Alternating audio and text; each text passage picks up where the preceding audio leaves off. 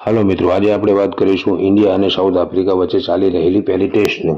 તો વાત કરીએ પહેલા સાઉથ આફ્રિકાની. સાઉથ આફ્રિકાએ ટોસ જીતી અને પ્રથમ બેટિંગ કરવાનો નિર્ણય લીધો હતો. પહેલા બેટિંગ કરવા ઉતરેલી સાઉથ આફ્રિકા 159માં ઓલ આઉટ થઈ ગઈ હતી. સાઉથ આફ્રિકા તરફથી હાઈએસ્ટ રનની વાત કરીએ તો એડમ માર્ક્રમે 31 રન બનાવ્યા છે.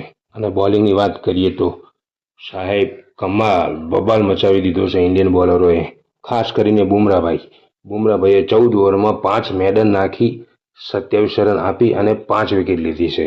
અને બુમરાહભાઈની 5 વિકેટના બદોલત સાઉથ આફ્રિકા 159માં ઓલ આઉટ થઈ. અને મોહમ્મદ સિરાજે પણ સારી બોલિંગ કરી છે. 12 ઓવર નાખી 47 રન અને 2 વિકેટ મળી છે. અક્ષર પટેલને 1 વિકેટ મળી છે. કુલદીપ યાદવને 2 વિકેટ મળી છે. અને પહેલા દિવસનો ખેલ ખતમ થતા ભારતે 20 ઓવરમાં 37 રન બનાવ્યા છે અને 1 વિકેટ પણ ગુમાવી છે યશસ્વી જયસ્વાલના રૂપમાં. વાત કરીએ સાઉથ આફ્રિકાના બોલરોની તો માર્કો એન્થોને 6 ઓવરમાં 2 મેડન નાખી અને 11 રન આપ્યા છે અને 1 વિકેટ મળી છે.